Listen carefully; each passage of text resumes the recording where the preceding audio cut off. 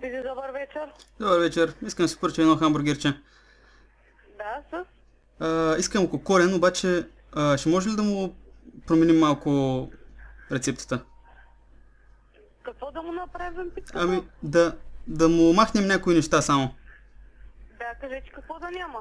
Добре, значи да има арпаджик 50 грама, суров ориз с една чайна чаша, една лъжица свински зехтин, до тук, нали, това са както си е, един резен портокал, люспа от печена чушка, ама ако може без яйца да е.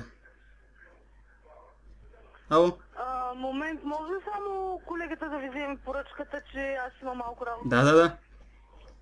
Ало, Здрасти, обаждам се от добър вечер. улица Мечи връх номер 8.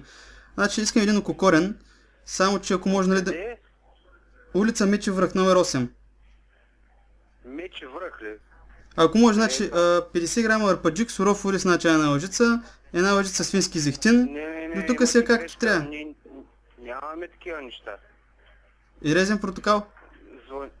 Звъните на друго заведение, не на... И как аз... Нямаме оризи и такива работи. Аз онен ден поръчвах от вас, точно така ми го докараха. Само че яйцата бяха малко развалени, ама сега... Имате грешка, няма такова нещо при нас.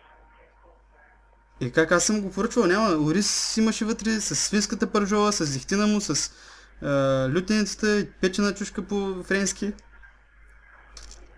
Нямаме такива неща, звъните в Спиди Бургер. Вие в кое Добре, заведение? какво имате ви?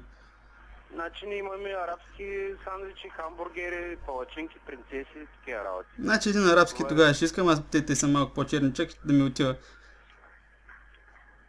Добре. С шунка кашкавал и там какво слагате още, не знам. Лютеница има ли? Има, да. И лютеница. Ало.